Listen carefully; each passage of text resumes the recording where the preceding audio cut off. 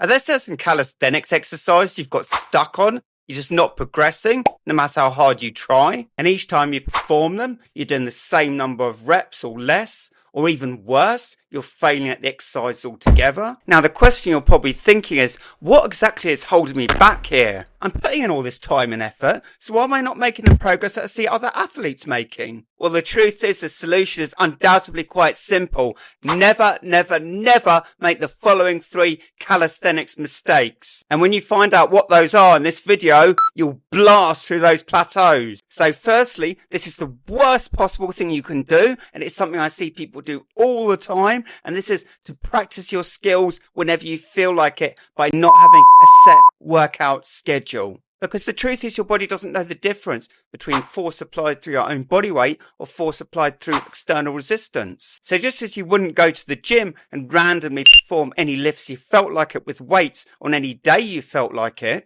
as this would lead to your progress stagnating, when you perform your calisthenics exercises in a set workout schedule, you'll immediately begin to make consistent progress with those exercises again. This is the thing though, this still won't work for you unless you avoid calisthenics mistake number 2. And this is something that used to keep me stuck on the same progressions all the time. And as soon as I made this change, I went from not being able to do a single one-arm push-up to effortlessly doing 15 one-arm push-ups with each arm. And this is a trap that is so common and yet is so simple to avoid, because calisthenics can be done anywhere. If there's one thing you do when you're highly motivated and you find an available surface, is to get down and start practicing your skills. And this could be when you're at home or when you're in the park with your friends. You just want to show them how many one-arm push-ups you can do or how your 90-degree hold is progressing. And this is the worst possible thing you can do because you're not leaving enough rest time in between your workout. Because it's not when you're working out that you build muscle and strength. It's when you're resting in between your workouts. And that's when your muscles,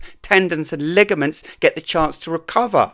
So when you leave a 48-hour to 72-hour rest period in between your pushing and pulling routines, your progress will accelerate dramatically. Here's the thing though.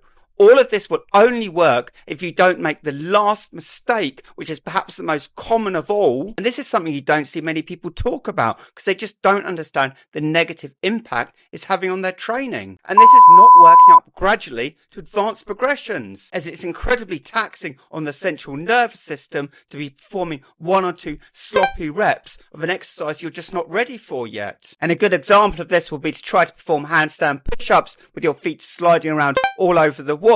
And wondering why when you go back the following week, you can only perform the same number of reps, or even worse, less reps than you performed the week before. Whereas by doing pike push-ups until you can perform around 10 reps in perfect form, and then move on to elevated pike push-ups so you can do a similar number of reps, you can then progress on to using a weight vest for elevated pike push-ups. And the benefits of this is it will give you exactly the same movement pattern as handstand push-ups, but you'll be able to add an increase of 1 kilo in the weight vest every training session. And when you've built up a significant amount of weight in the weight vest, you'll be able to move on to doing handstand push-ups against the wall in smooth, clean form for around 5 to 6 reps per set. And this is a technique that's applicable to any calisthenics exercise. And as a weight vest has helped me to progress much faster at specific exercises, I'm going to leave a link in the description down below for the very best weight vests available on the market and ones I use myself. However, if you don't have access to a weight vest, don't worry, as there are many bodyweight variations you can use to progress the different calisthenics exercises. And for a perfect demonstration of how you can put these techniques